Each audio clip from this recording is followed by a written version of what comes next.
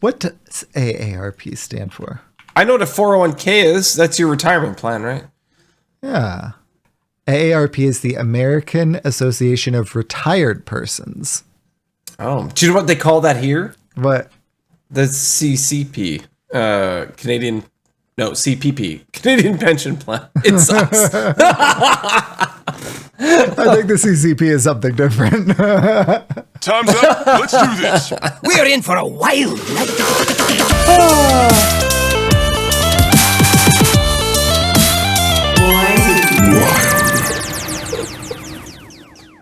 Welcome, everyone, to episode 215 of Born to Be Wild, a wild and wild adjacent Hearthstone podcast where we have fun hanging out with friends, talking about the wild and adjacent formats of Hearthstone, and spotlighting members of the wild community.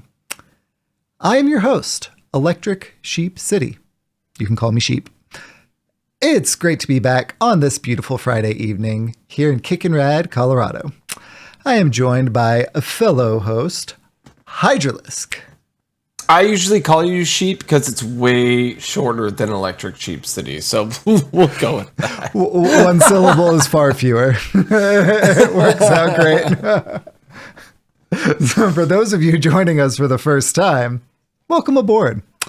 We record this podcast live every Friday evening at twitch.tv/borntobewildhs. And the video version of this podcast is then posted to YouTube shortly thereafter.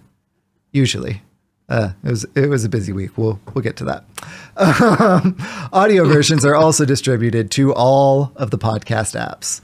However you are watching, listening, or absorbing via osmosis this podcast today. Thank you. Yes. You.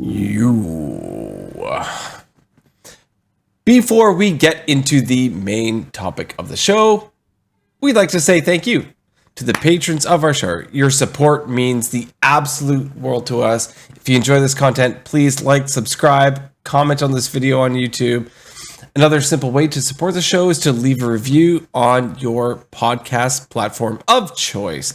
If you're watching live on Twitch, we've got some awesome emotes you can unlock by subscribing to the channel. This is free if you're using Amazon Prime.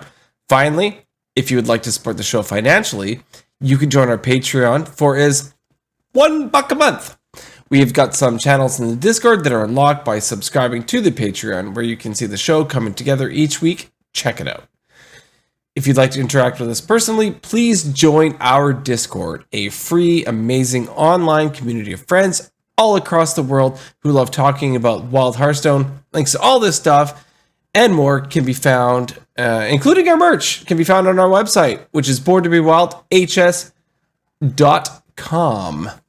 Electric Sheep City, how was your week? One syllable is far fewer than six. Yeah, I know. I chose to do the long form this time.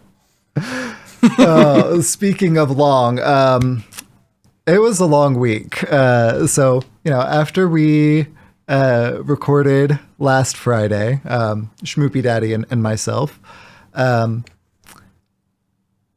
Saturday, the lamb had a fever of 103. So we took him to the urgent care and stuff like that. And it's just like a virus. So it's just, treat it, get the, fever down, but make sure he's hydrating. But that's about all we could do. So that was Saturday and Sunday taking care of him because, he's not feeling well. It's a lot more hands-on than normal. So weekend was just completely spoken for. Monday, I was working until came home, took care of the kiddo and got back on and was working until 9 p.m. So yeah, work has been insane as soon as we got back into it too. Yeah. Work was just, it was a long week. It wasn't a bad week, but there was, big activities that we'd been planning for a long time that were 2 of the days. Interviews for the head of the department on 2 of the days, like 2 big things stacked in the same week on top of regular job. So work was ridiculous. After I edited, posted the podcast, so this was last night, I played what may have been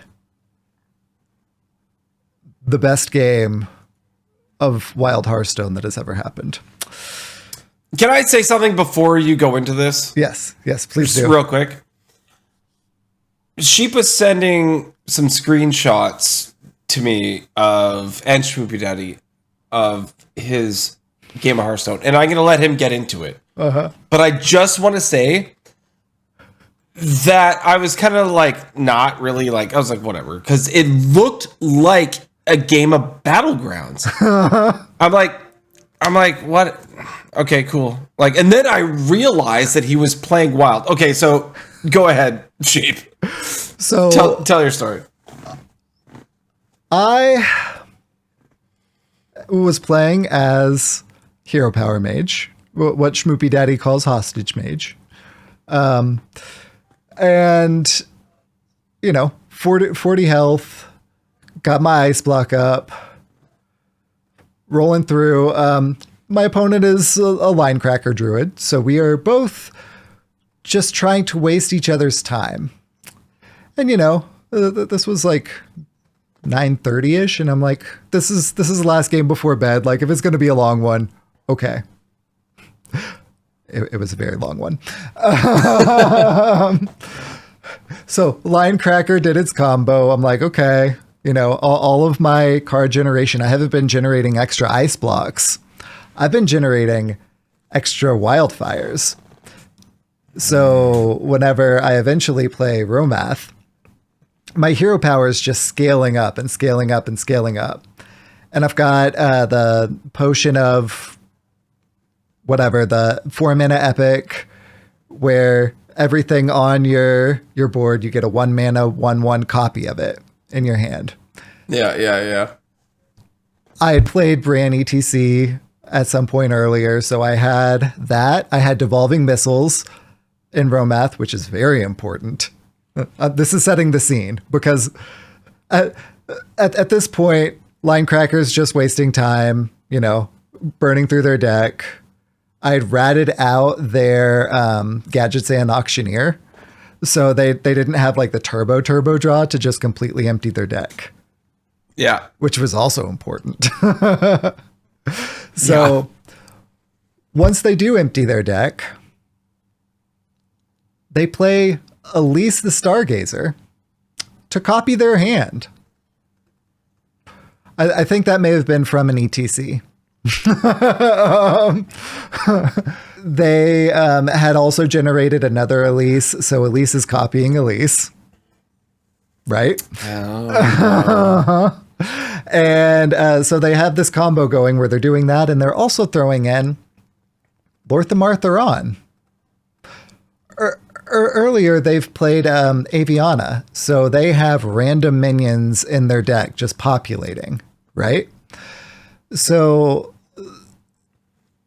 at this point, this had kind of started, but the first time I took a picture and sent it to Hydra and Schmoopie, we had a 512 Nathanos on their board. Remember whenever I said that I had a Devolving Missiles? Yeah, I said it was Nate Wolf too. Remember earlier in the story when I said that Devolving Missiles was in ETC and thus in Romath. 512 is not at all where this tale concludes, my friends. You would think that is the biggest minion you would see, but no. All right, but no. The one that I Bran Sleepbreaker 4 times was the 7,168 attack Rafam. Again, generated from Aviana, which was shuffling minions into their deck, which they eventually had emptied. You know, they're trying to do that, but that Gadgets and Auctioneer, keeping that off, delayed it enough for me to set up my counter to this. So Yeah.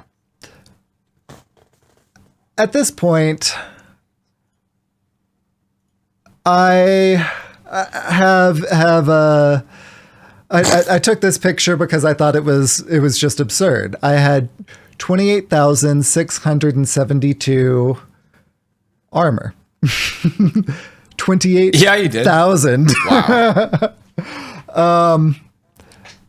I didn't realize that it was going to get even more ridiculous because I had the potion to do more sleep breakers.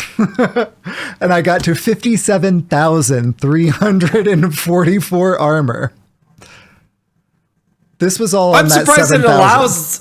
Yeah. How does it allow that many digits, man?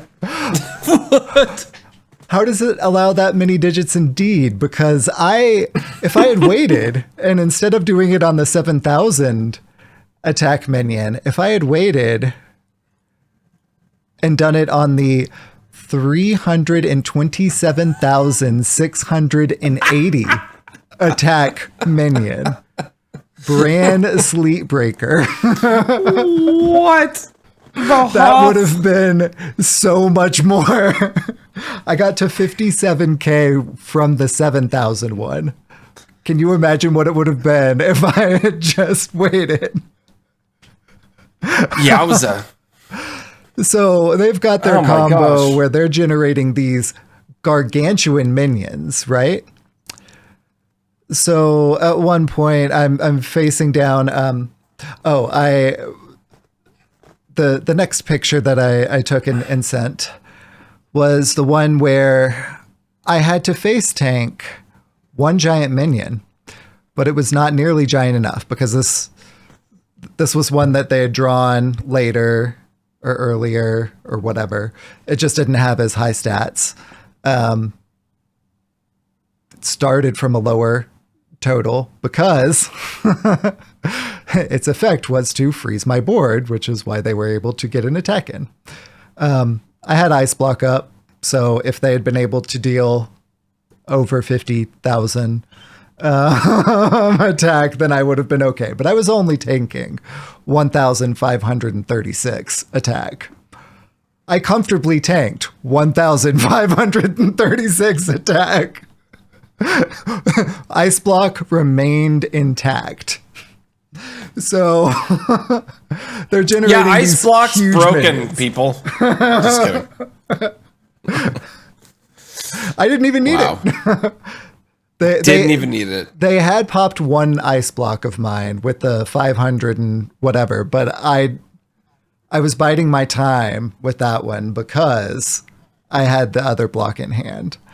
They hadn't played a Zeph. You know, Zeph wasn't in the ETC. But at least was in the ETC. That was what they pulled. That was their Highlander pull. I would like to also point out that they have 20 mana against your. Yeah. I mean, Yeah, comfortably. you're 10 or 11, I guess you have at this point, but still. Because I am playing Audio Engineer, I think it is, the 2-mana 2/3 mech that lets you hold 11 cards and have 11 mana. So they effectively can do twice as much as you can on every turn. Yep. Right?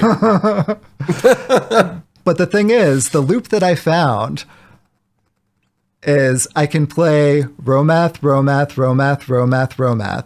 Romath has, because I had Brand the ETC, I not only had the potion from there, but I had Light Show. So Light Show is dealing, all of that damage. Devolving Missiles is devolving things. So I'm playing 5 Romath, seeing what happens.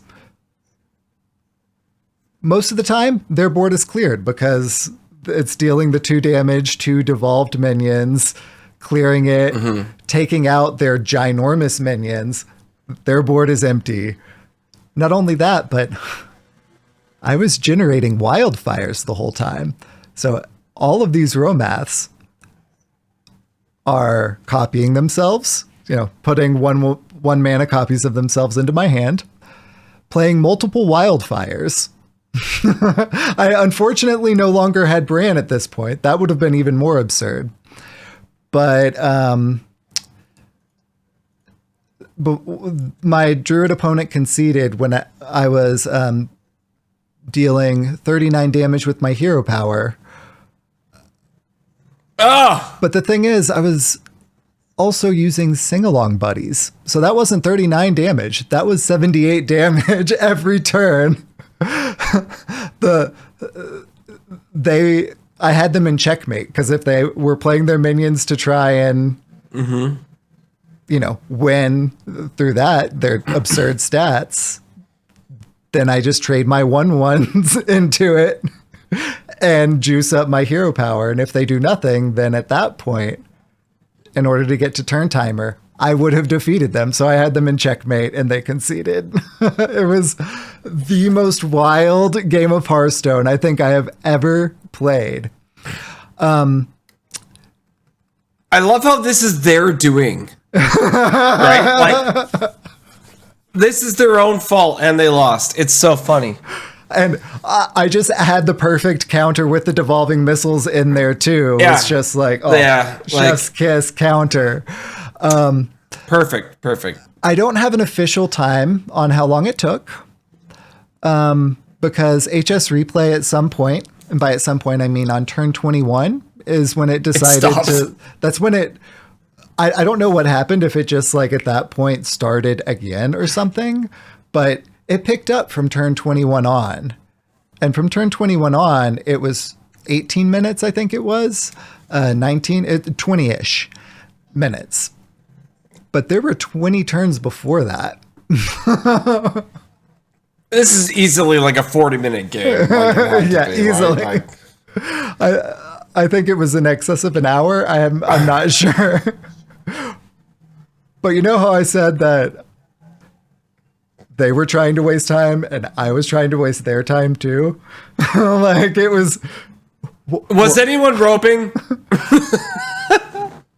I was, but it was not because I was like trying to rope. Like I was playing cards, but the Romath animations to see what is happening, to see if I need to like, because I also have Mordresh, 1 mana, 1/1 copies of Mordresh in my hand. If there's still a big minion on board, I Mordresh to isolate it and then play another Romath to devolve it. Wow. So I had them in checkmate. Like I had all of the tools. My hand at the very end of it was Commander Javara. I have no clue what was in there.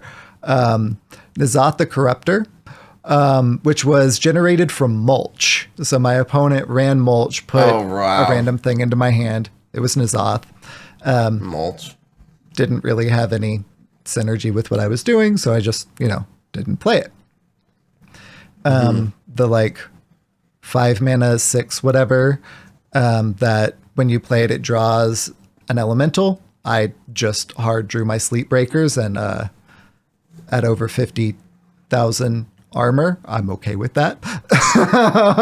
And then multiple Romaths, sing-along buddies, and Mordreshes. Just...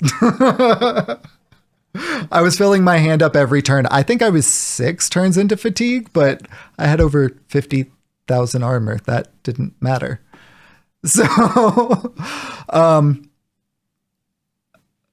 that game just was an instant classic, crazy game story that I had to tell because it kind of just made my Hearthstone week. It was just that much fun. Oh, that's good. That's good.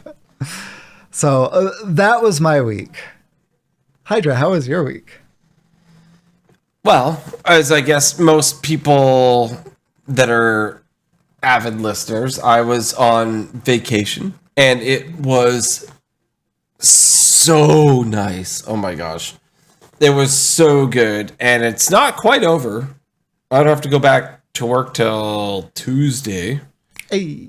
Because Labor Day long weekend is coming up. So sweet. But oh my gosh, it was so good. So we started off the vacation. We made our way to Vancouver Island, and I was talking to you guys about how I'm going to take the. I was talking to SchmoopieDaddy about the ferry, and it was funny because SchmoopieDaddy's like, our ferry you could put like the arcade and stuff, like 40 cars on it or whatever, and I was like, how many cars can I put on?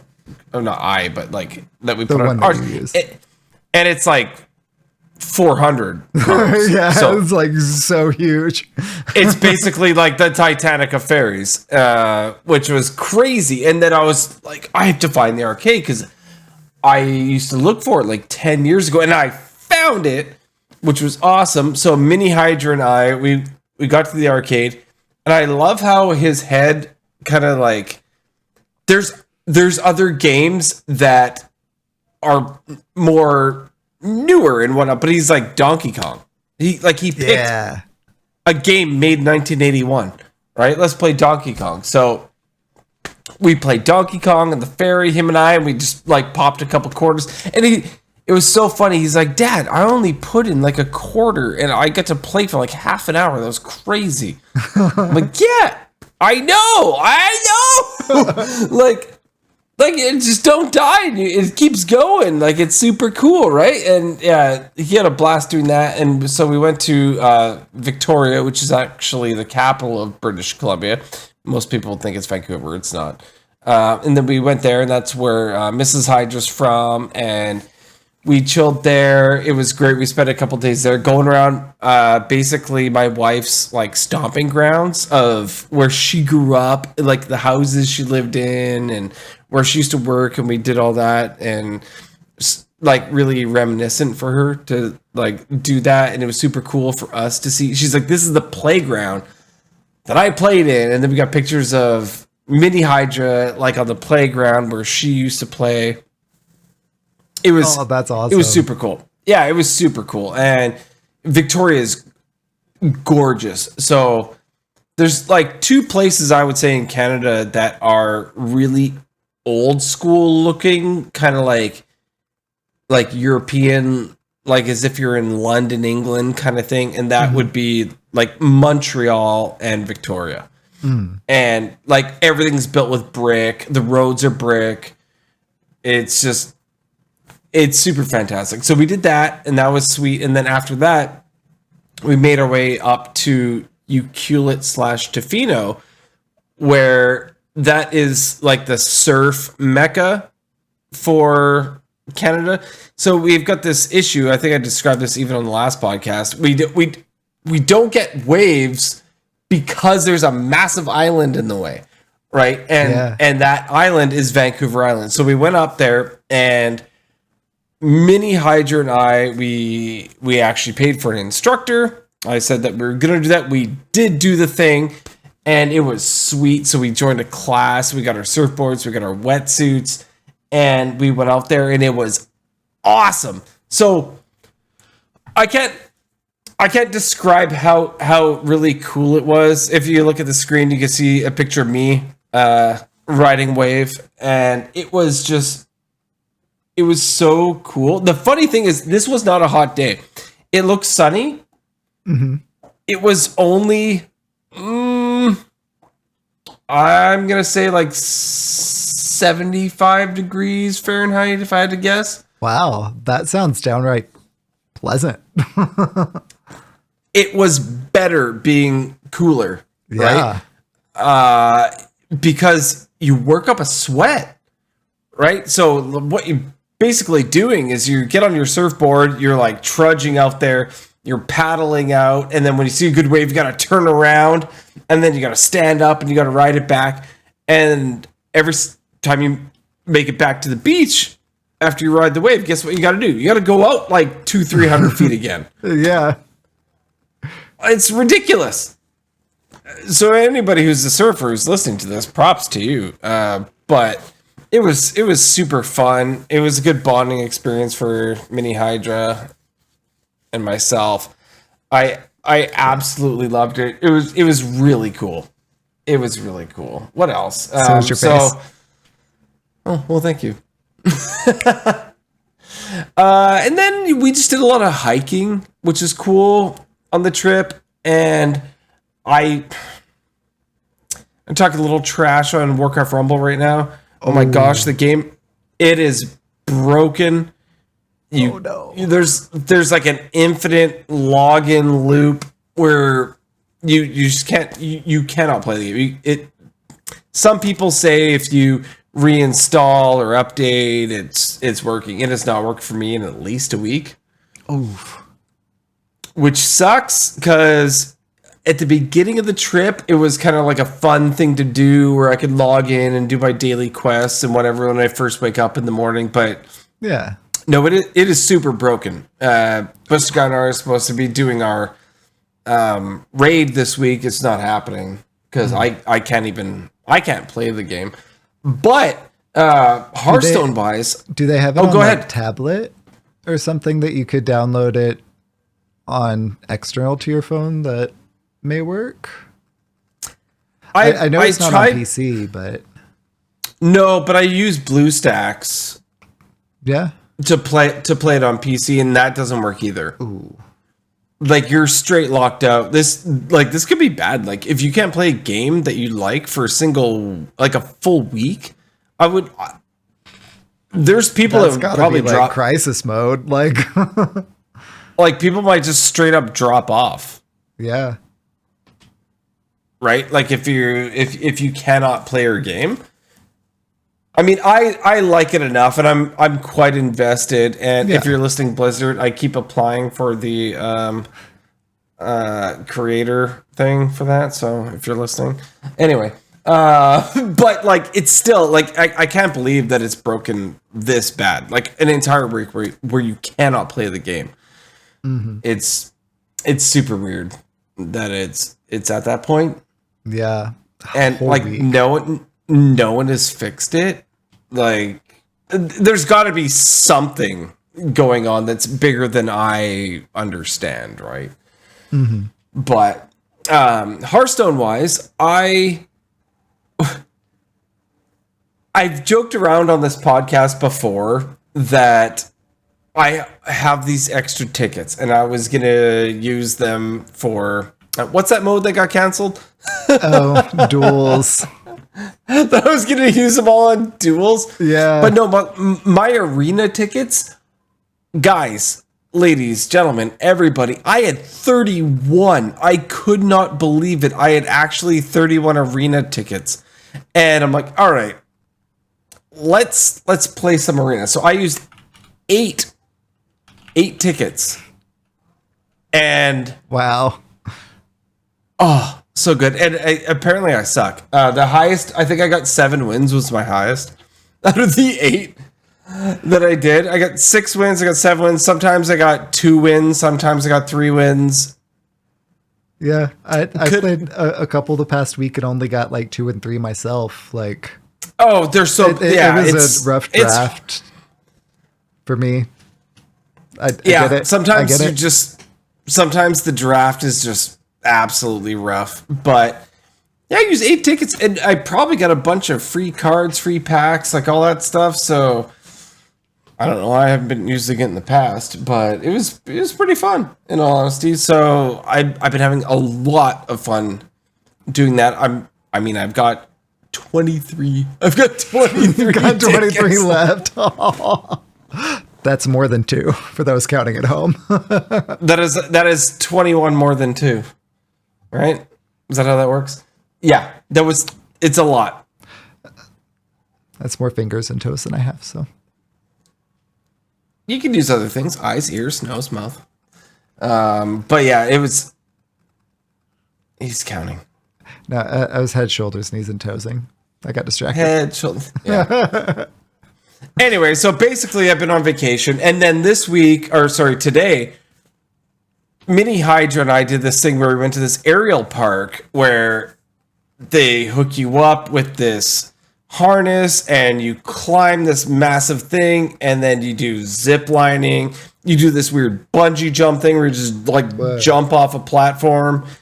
It was It was nuts. So we had a really cool day. It was way further. Like I drove for like 2 hours to get there. Did a thing for 2 hours and then had to drive back for another 2 hours. So it took like 4 hours of driving to do one thing. Oh no. But it was super fun. And he was stoked. And yeah, just doing, father-son time, family stuff. So basically it's been sweet. All right. How about we hop into some news? Welcome to the news. The news is so good. Can confirm. So this week we had Red and Green Circle Day on Tuesday, August the 27th.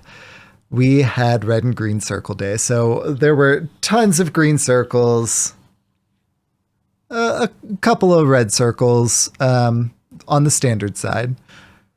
We'll list them when we get there, but we'll definitely highlight the more wild, impactful ones there. We also had a wild side of Red and Green Circle Day. These were all 3 red circles: Wild Paw Knoll, Secret Passage, and Sorcerer's Apprentice. Those are the 3 that we knew on Tuesday were being hit. Well, we also ended up having patch notes for a patch that hit on Thursday. So we found out what all of these things were. So Tide Pool... Oh, lost my spot. Tide Pool Pupil was nerfed from a 1 mana 2/1 to a 2 mana 2/2.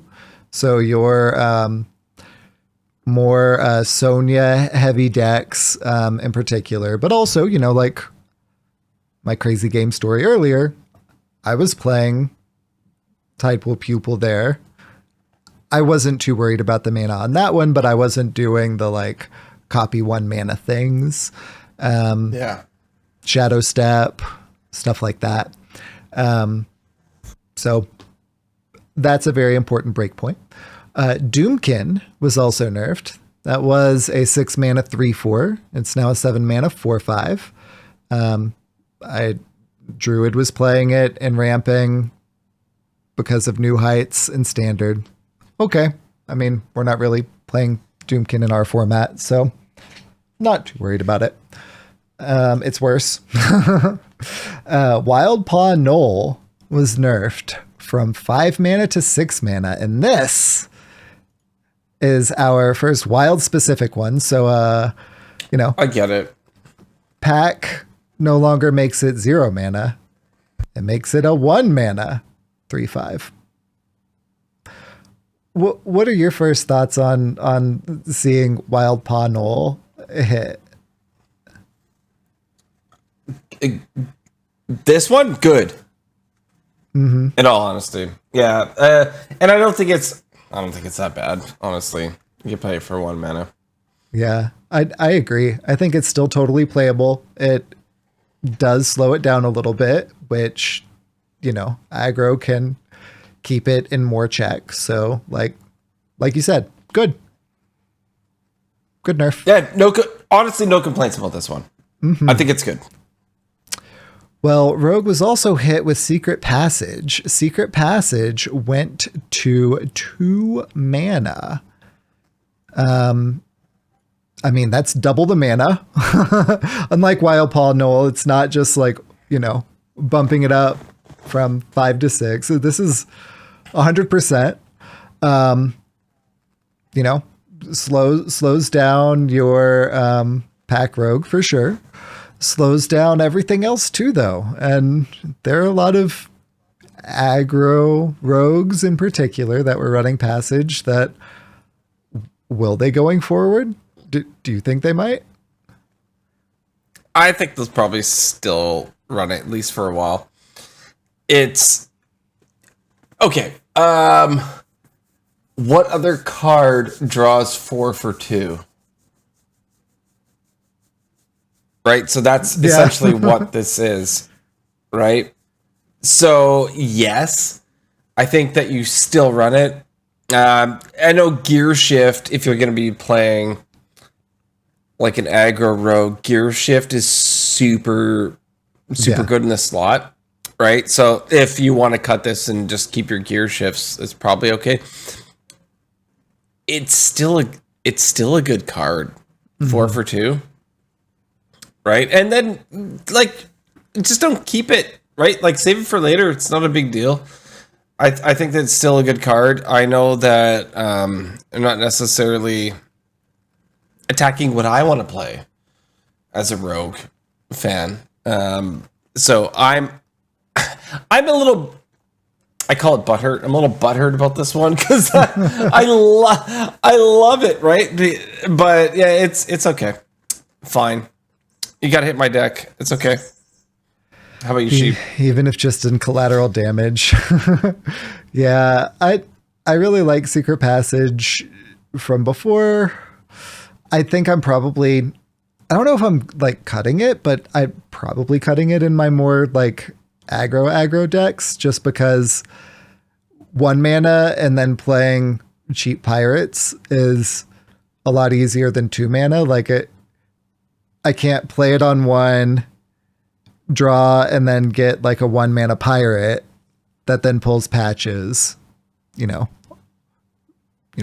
either on 1 on coin or on 2, you know. But Sheep, you could prep it.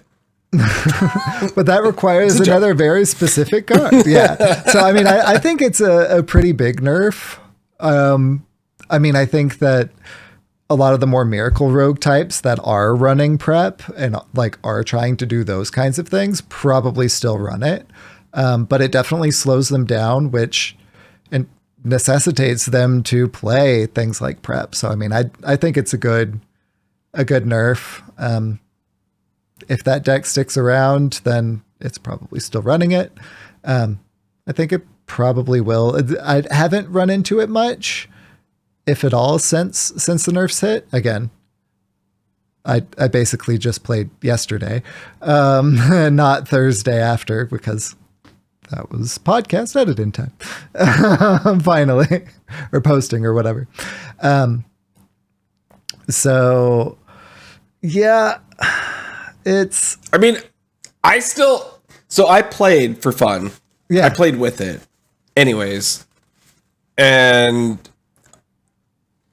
it was only for a few games. Mm-hmm. And there was never like oh my gosh, this costs 2 mana, I'm now screwed.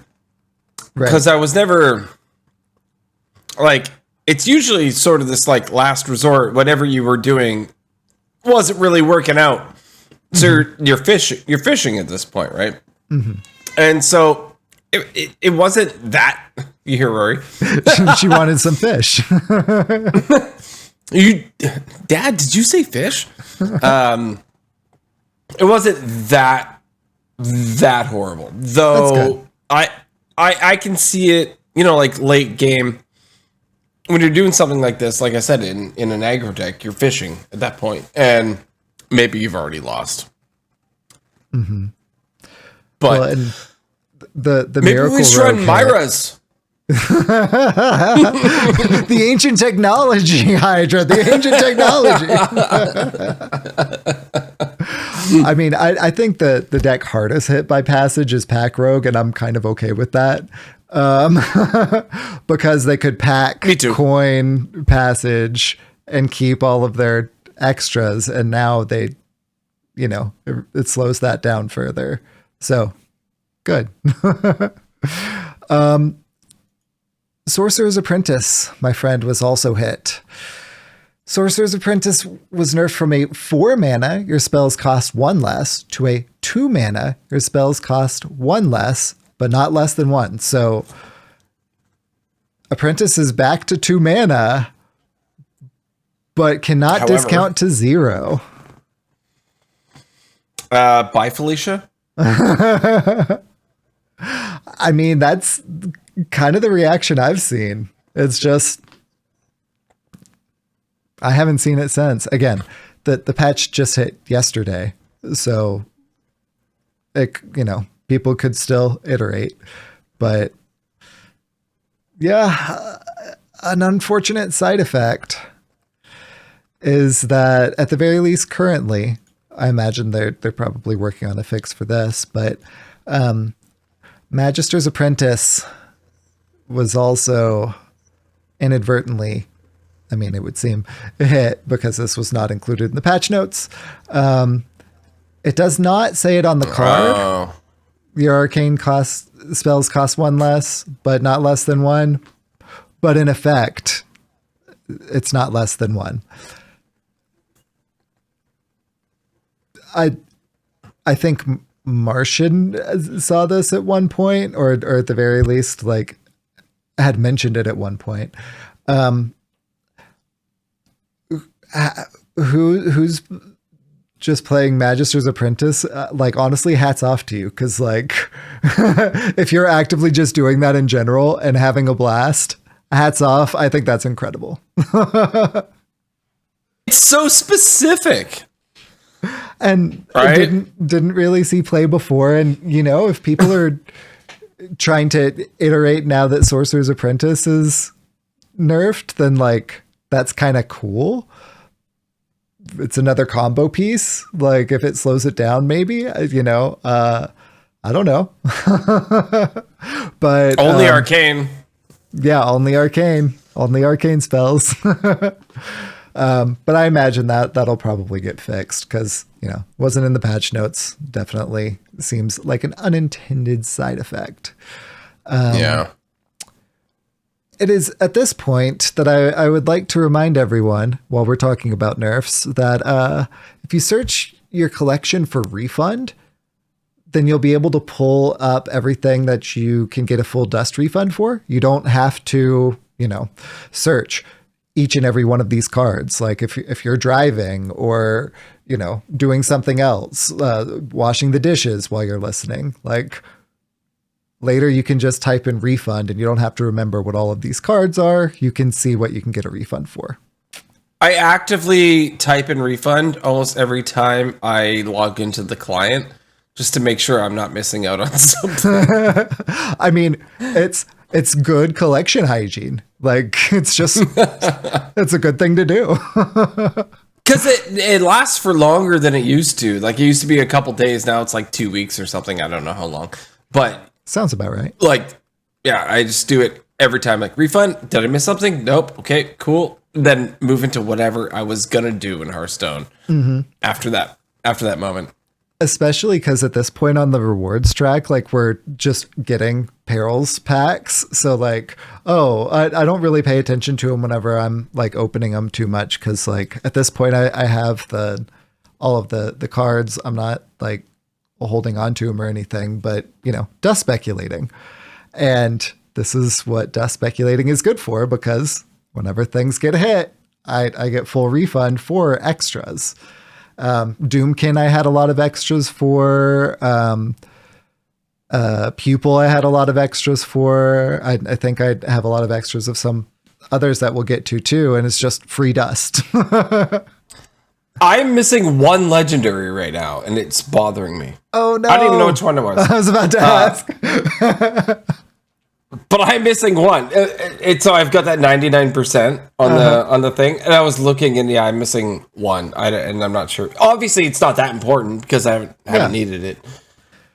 If you needed it, you could use the dust, but also why use the dust if you're not hurting for it? You'll open it in the packs that they throw at you in the rewards track anyway. So. I know, and I haven't been paying attention to my pity timer, and I'm like, when is it going to happen?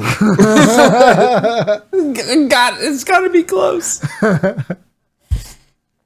So there were also some buffs that the patch goes on. I'm going to mention these quick because I don't think they'll impact our format, but if you out there have a hair for trying some spice, some spicy cooking, you can try and build something around these. I don't think I will.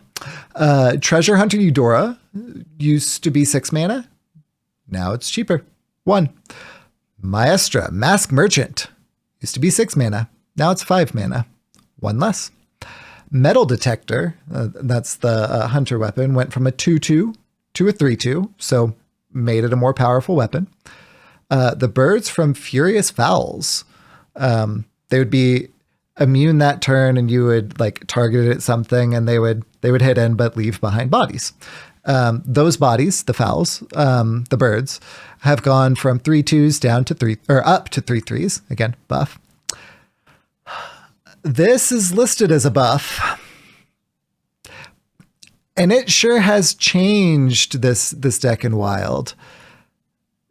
Tom is in chat. He can attest. It's at the very least different. I still think it was a nerf because it like what the deck was is gone. That is Mystery Egg.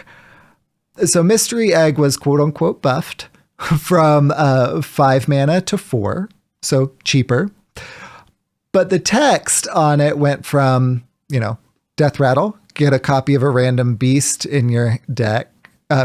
Get a copy of a random beast in your deck. It costs 5 less to the same thing, except for only 4 less. So costs less, but the discount that you get from it is also less. So Princess Huhuron, not free anymore. Right? Right? Like, the deck that it was is gone. This, in my eyes, is, from a Wild perspective, 100% a nerf. In Standard, I guess kind of a buff.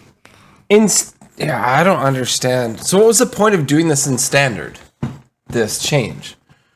I don't know. Honestly, so in the discussion, Schmoopie gives kind of his overall insights. And I think that this one will kind of be applicable here. A lot of these just seem so random to me because it's not. This one seems very random. Yeah, this one does too. This one definitely among them. Yeah. There is a different deck that is utilizing this in Wild, but we'll get to that a little bit later. Other buffs, Fetch went from 2 mana down to 1 mana. Rycleaver's Minion Sandwich went from 4 mana down to 3. When they buffed it before, they made it the weapon cheaper, but then they increased the sandwich from being 2 mana up to 4, which just really made the timing on it weird. This is still not reverting the sandwich all the way back, but is improving that. Food Fights Entree, that it summons for your opponent is now a 0/4 instead of a 0/6. It would summon something for your opponent, and then whenever you killed it, you got something. Again, this is still not really seeing play. Boom Wrench went from 4 mana down to 3 mana. I can see some spicy cooks with Boom Wrench. Watercolor Artist was a 4 mana 4/4, now a 3 mana 3/3. Rayla Sand Sculptor gained 1 health, so is now a 2/6. Used to be a 2/5. Marooned Archmage gained 1 health, used to be a 3/3, now a 3/4. DJ Manastorm went down from 10 mana to 9 mana. Woohoo! Neat. Sure. I mean, I think that may actually be slightly impactful, because it makes them all cost 0, and then the next one costs 1, etc. So you can cast 2 big spells that turn instead of 1, or just get it out earlier. It makes them cost 0, and then after that 1, 2, etc. It just, I don't know anyone who's going to be doing that, but that one's at least slightly interesting, I guess. I know how. SchmoopieDaddy will be doing it because we will make him do viewer decks. And we will Big request spell mage. Big spell mage. So he will be doing it.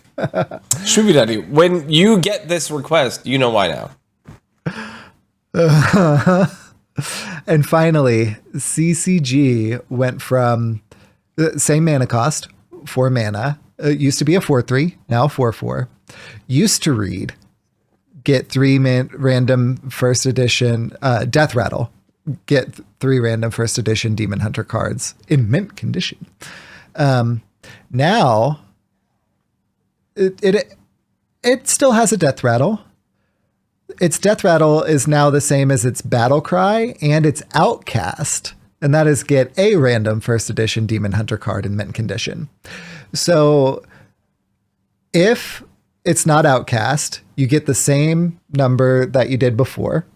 If it is Outcast, you get more, which, the Outcast being a Demon Hunter thing, I like that. You get one when it's a Battle Cry.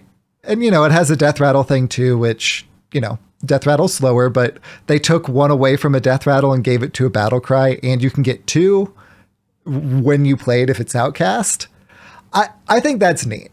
Like, it's harkening back to what makes Demon Hunter. Like, I think this is how it should have been on release. Like, the flavor for CCG is just on point, and kind of a missed opportunity for it not to have come out this way. I still don't think we're probably going to play it a whole lot, but the flavor's neat. I agree. No, it's definitely better this way. So, bumper here. SchmoopieDaddy had his insights on the wild nerfs, and Corbett Games noted wild community member and figure, an awesome person, to editorialize. Also gave some really insightful analysis of the post-patch meta. So starting with SchmoopieDaddy's, because his is shorter. Nerfs for Wild. Passage and Null were smart and popular changes. Good changes, in his opinion. Miracle Rogue is all but dead, and it was a problematic archetype. Sorcerer's Apprentice was out of left field.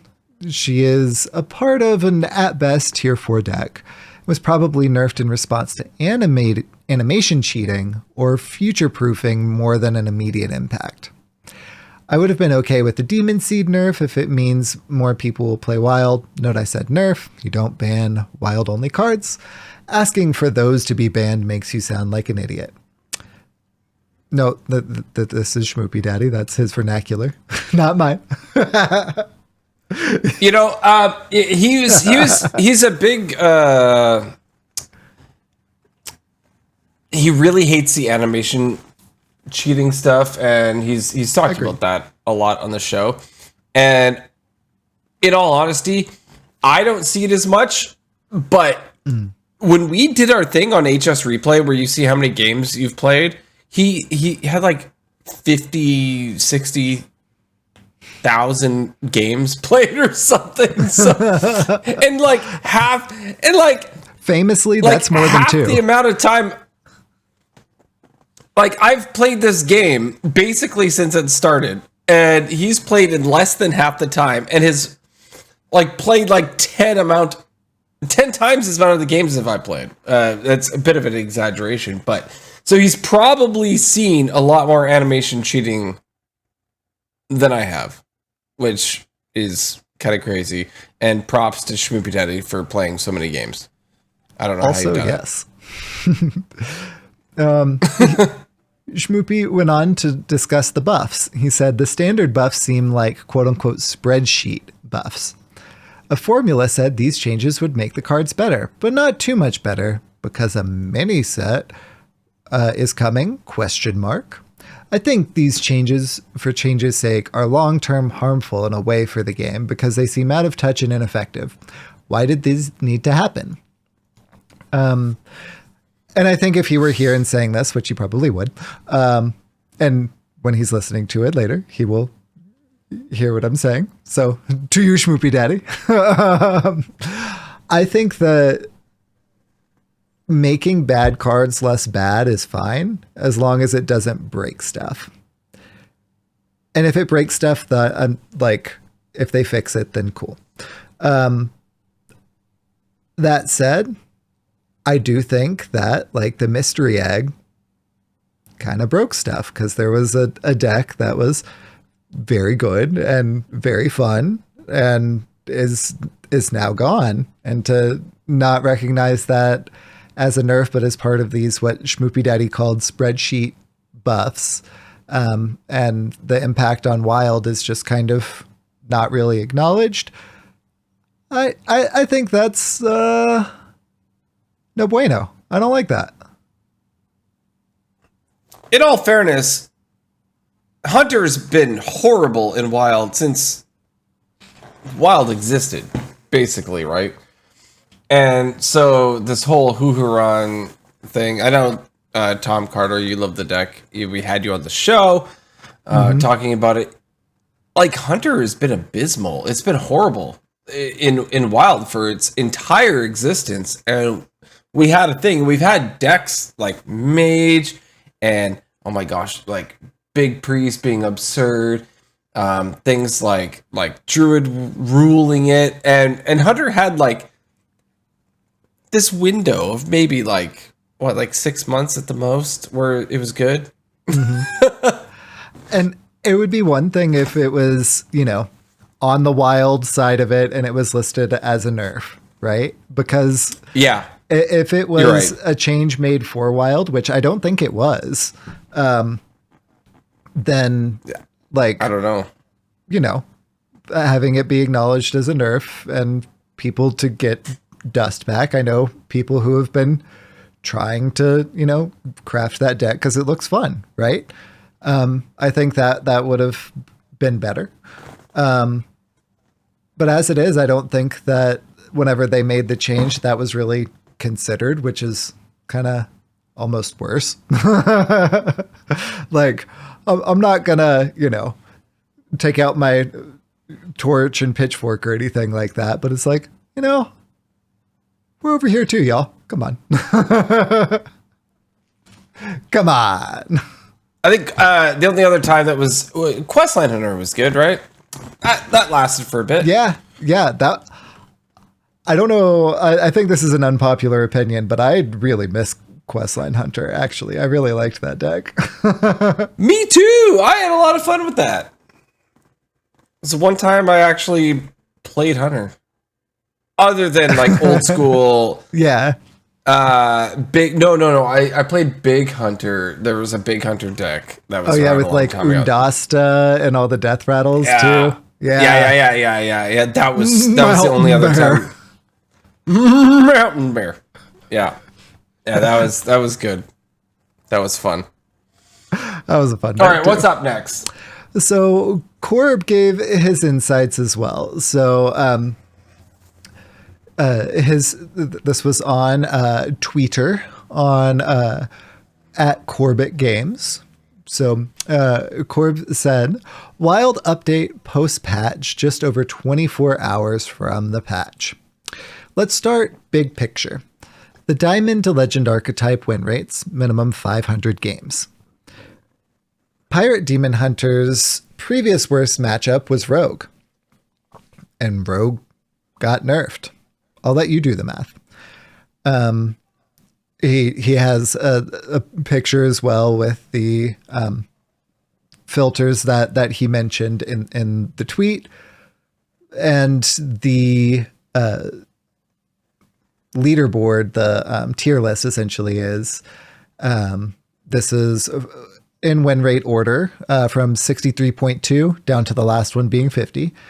Pirate Demon Hunter, Shadow Priest, Seedlock, Highlander Shaman, Tog Druid, Highlander Druid, Pirate Rogue, Highlander Priest, Odin Warrior, Highlander Paladin, Ping Mage at 53.4, Alex Rogue, Mill Druid, and coming in at 50%, Combo Priest. Corb goes on to say that, okay, but what if we lower the minimum games from 500 to 450? And we can see Oh my lord, what's that? Yes, Egg Hunter is just as strong as before the patch, if not stronger. The deck loses the ability to create huge Huhuron board presence, but adjusts by going all in on the mine OTK. So pictured is the, filters that he mentioned changing. And now Lion Hunter, previously Huhuron Hunter, is number 2 at 59.5%. That's a pretty good win rate. Corb goes on to say, it also gets its lion board swing a turn earlier. The ramification of the egg quote-unquote buff weren't exactly clear, and weighing no Huhuron versus the mana discount made it tricky to evaluate. This is about the best possible outcome for Egg Hunter. Example list from Tom Carter. Because of course it is. So it's now like a mine OTK. Because you can Bran. You've got these 0 mana lions. Because, the lions only cost 4 before. They weren't 5. These 0 mana lions from the mystery egg shenanigans. And so you can do the lion thing, feign death onto a mystery egg. You can still do your meat wagon shenanigans. You get the egg out there. You can still feign death, whatever. Get a 0 mana lion so that you're generating tons of lions into your hand. And with Bran, then later, it copies the battle cry. So then you can stack. You get a mine on board. You get Bran on board. You use the lion on the mine. It copies it twice. You use the next lion on the previous lion. It copies the doubled twice. So it doubles it. He plays the next lion on into the previous lion, which takes the previously higher number and doubles that. And that's disgusting. Until you're out of board space, and then you just hit with that one, and it's an OTK. So that's gross. It's Mine Hunter now. It's still called Lion Hunter because lion and mystery egg is the combo, but naval mine is what we were missing. It's a lot. So,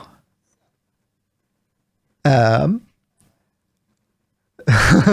says, Rogue? With the perfect setup, the max output of the deck in one play is 508 damage. What? I will say, that's insane. In that game that I played, I had 100 times, 10 times. I had multiple times that amount. You had at least more than 2 times. Let's put it that way. All right, what did Corey have to say about Rogue? He goes on to say, what about Rogue? How about that null nerf that did nothing? That passage nerf that wasn't enough? Well, null Rogue is functionally dead. It has a tier 4 win rate over a couple hundred games. Have players adjusted at all and thought to add a Wand Thief or Swashbuckler or something to get null to 0 post pack? No. Should they bother? Also no. Also no. Null Rogue is dead. So, null Rogue, reportedly dead. You heard it from Corbett Games first. You can still try it. That's true. He's a very smart guy, but you can still try it. Decide for yourself. Corb says, Pirate Rogue, functionally dead. But Corb, I can see in that first screenshot the win rate looks good. Here are the legend win rates. The deck is dead. Even if it ends up quote unquote playable, no one is going to play the third best pirate deck. So the first best in the meta that Corb is showing is Pirate Demon Hunter. The second best is Shadow Priest, I'm assuming, because the second one that says Pirate is Pirate Rogue, which is number 3 at 46.3% win rate. I love you, James. I'm going to totally disagree with you on this one. I guess it depends on who's playing it. I'm rocking I believe, a 71% win rate this month with Pirate Rogue. And played it the last, 3 or 4 days. And still killing it. With a 10x, I'm not an 11x player. I've got it like a 10x. Star bonus, but still rocking about a 71% win rate with Pirate Rogue. Not to be toxic. That sounds low for wild. I don't know. I don't know the origins of that meme, but it always makes me laugh. I know, right? Corb goes on to say that secret passage is cut in the deck as Pirate Rogue is currently built. It sucks. Maybe you find a way to use prep or something, but prep is also iffy. Passage went from the highest win rate card in the deck to the worst. So much for a nerf that doesn't change much. And he shows the win rate of the individual cards in the deck, and secret passage is last in all metrics. So mulligan impact, negative 9.7, drawn impact, negative 5.8, all the highest or lowest if you're, the worst in that metric. They're negatives, they're lowest.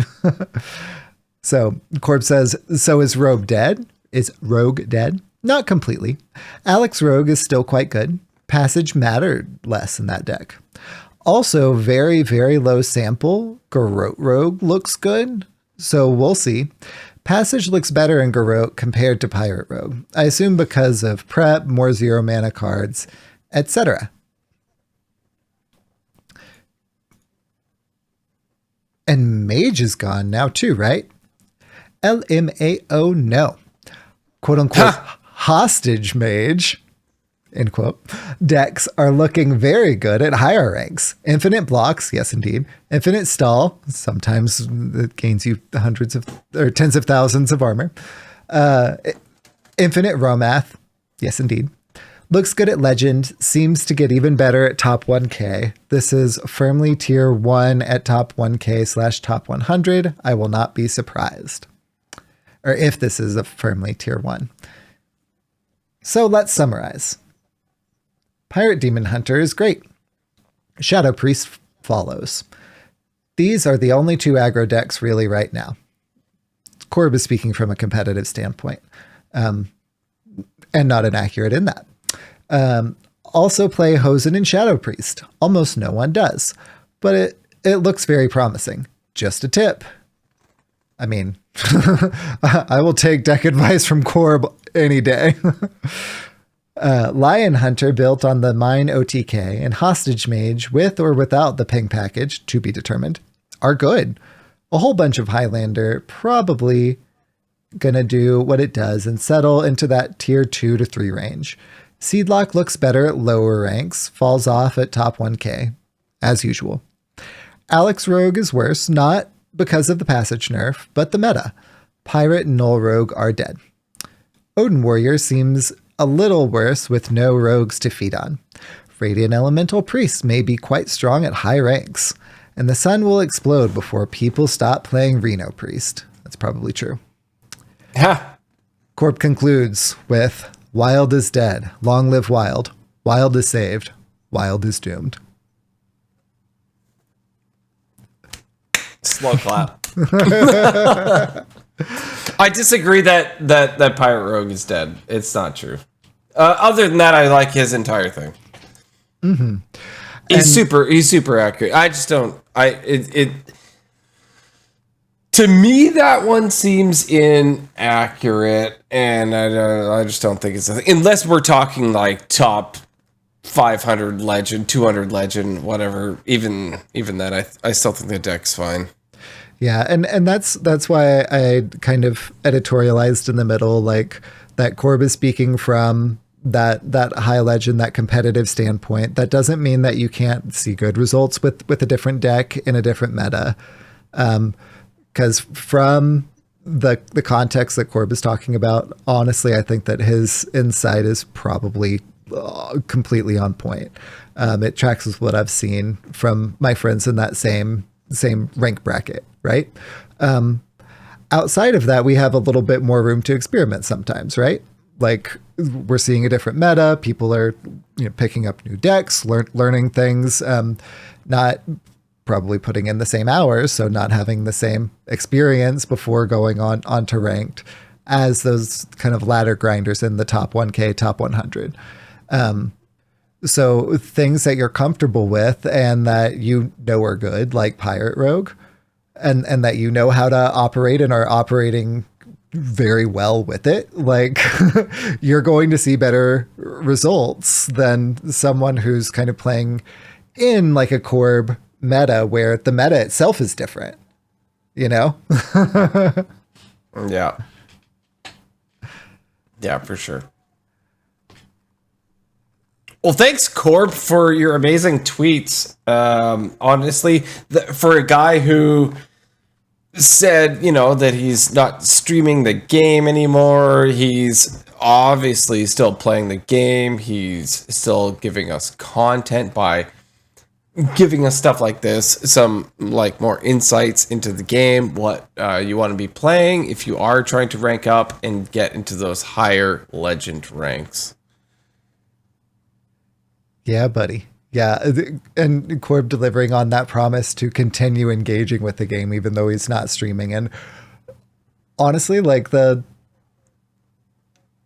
insight that he provided in this thread is proof of that, and he's continued doing this. Like, honestly, big fan. Obviously.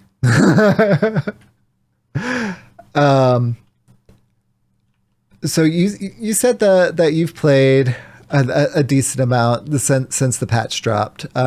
What, Hydra, has your experience been? Kind of what have you been running into? I know you shared your 70% win rate in our direct, which I can put on screen in just a second as well.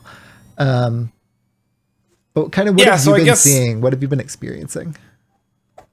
When I was sort of, I guess, countering a little bit of what James was saying with Rogue, is I was still playing it because for me, it's a quick go-to, right? So if I've got a quest that says play 3 weapons, well, duh, swordfish, that's super easy, right? So I'm gonna do that. And anyway, been on vacation, but it's super easy for me to hop in, play Rogue, play a bunch of pirates, and if you want to, we got it on the screen here. So currently I am 32-14, which is a 70% win rate with Rogue over the last 3 days, which is kind of cool in all honesty.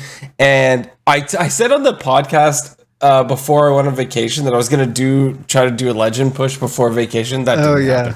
Oh no. No, I know. I'm sitting at D7, unfortunately, because I went on vacation at D10, and I was like, yeah, I'm gonna try to go. I'm gonna do it like right before I leave, and I'm gonna try to. It didn't happen. And then I got this arena bug, which was absolutely hilarious. But for me, the biggest things that I've been running into is Druid. A lot of the pirate demon hunters, which I think it's kind of funny. So Corbett was talking about how it's like one of the best ways to play pirates right now. But I guess in my pocket meta, I beat them when I play Rogue.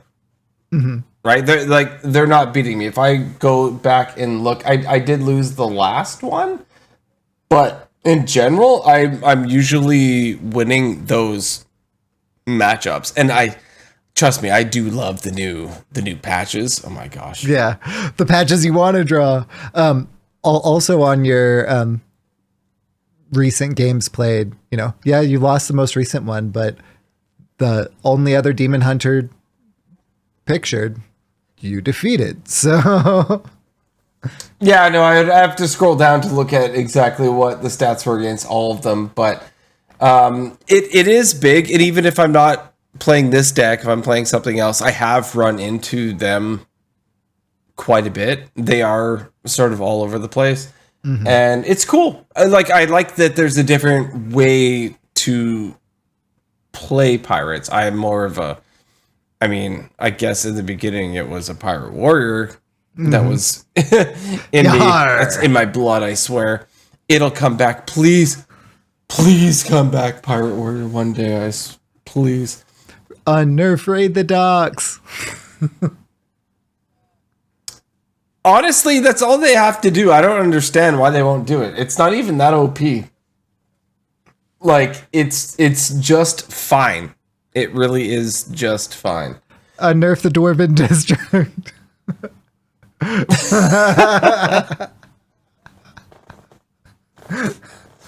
Yeah, but like I said, a lot of my games, we've been on vacation, and I've just been, rocking whatever. You know what's funny is I was telling my wife, because we're in our condo that we're staying up in, like when we were in the whole surfing thing, and I'm playing on my phone. And I told her, I was like, "Oh, I lost," and she's like, "Aren't you mad?" I'm like, "No, I'm on my phone. Yeah. It's not a big deal." You win some, you lose some. That's how it works. Yeah, but dude, no. When I'm on my computer and I lose a game, I'm pissed. But really? When I'm on yeah, man. It's like it's a real game when I'm on my computer. But if I'm playing on my phone, I don't care. I have no idea why there's a difference there.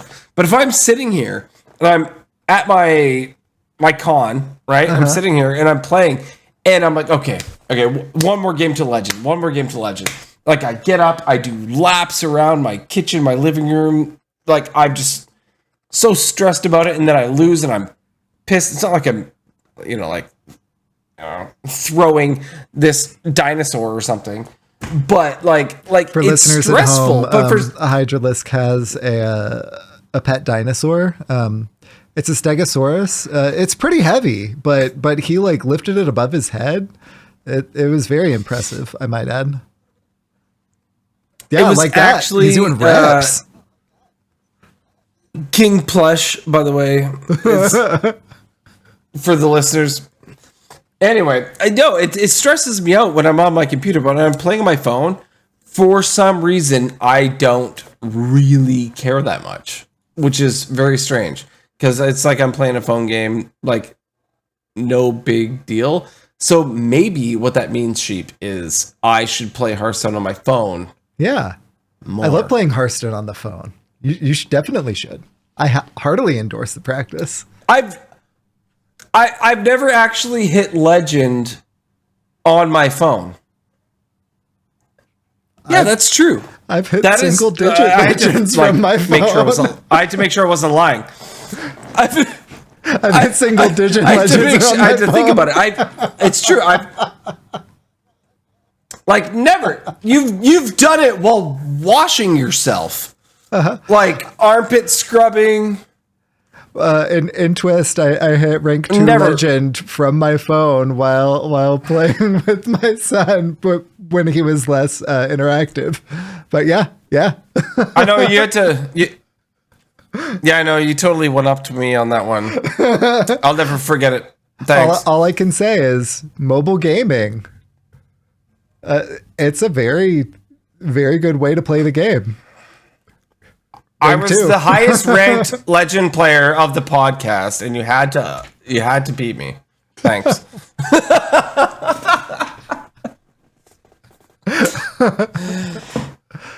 So at some point I have to. It's never gonna happen. It's not gonna happen. So I guess you win. You can hit rank 1, I believe. Yeah. If you just switch to primarily mobile gaming, I mean, that's how I got 2. That's how I went up to you. That's true. That's true. See? I just gotta lay in bed. I need to take more vacation and just play on my phone. Just hang out. That's how it's done.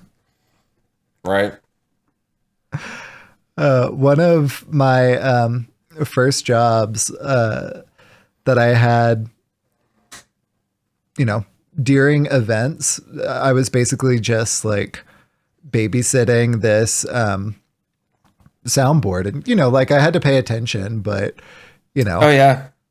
whenever I needed to mute things and not, but like I wasn't driving the content. I was just like muting, unmuting essentially, troubleshooting, but like most of the work happened when you're setting stuff up.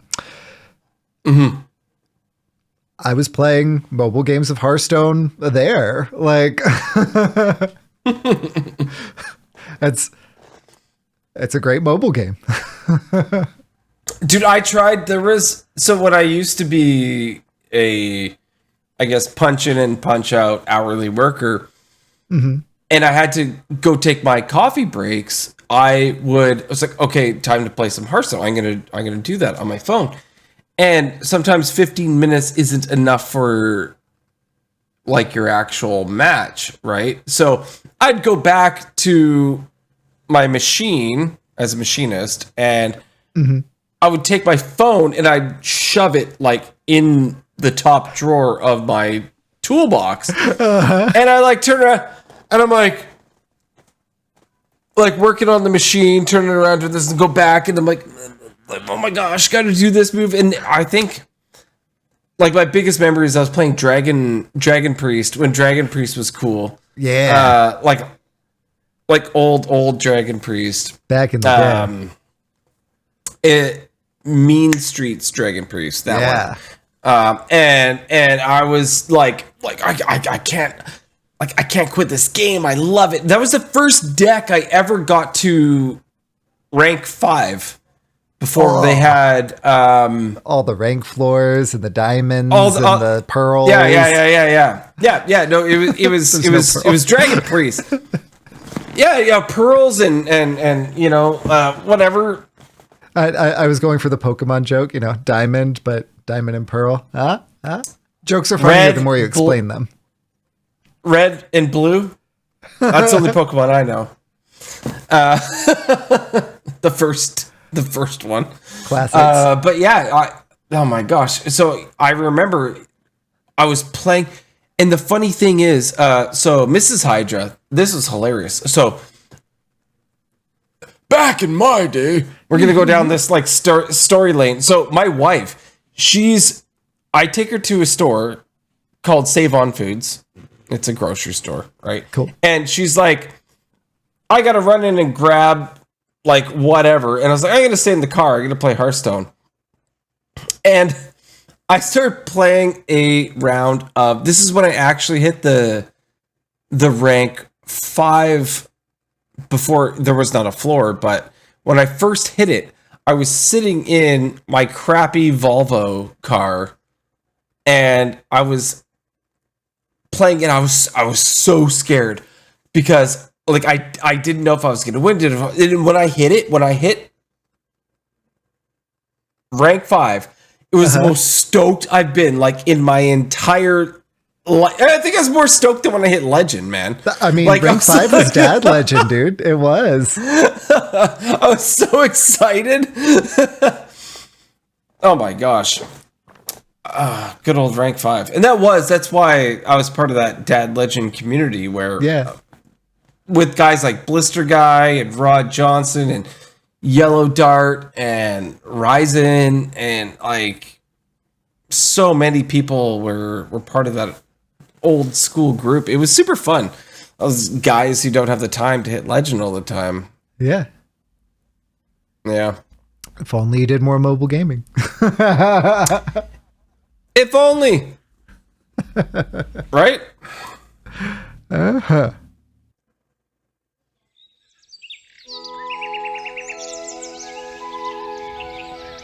Unrelated Advice with Hydralisk. It's almost never me because I'm always asking the question. But now the Riddler becomes the Batman.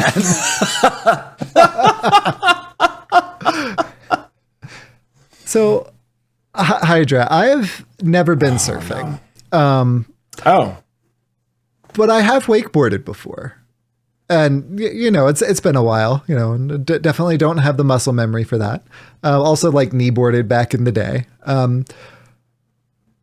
How does, you explained the, swimming out to it, turning around and then like jumping on, but like, is it hard to balance? Like what tips would you give someone who's interested in the practice? But I mean, I'm in Colorado. I'm a ways away from any of that now, but the next time I'm in the area and get the opportunity, what advice would you give to someone like me who's very interested in the practice? Do burpees. Basically wakeboarding and kneeboarding has almost nothing to do with surfing. Okay. Cool. Get really good at push-ups and burpees because that is the only thing you're doing.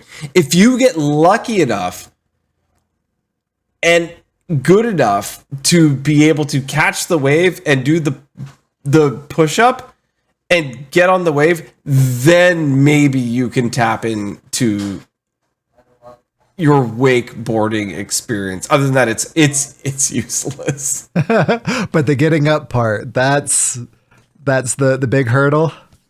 Yeah. No, it's if you can't stand up, you might as well go home.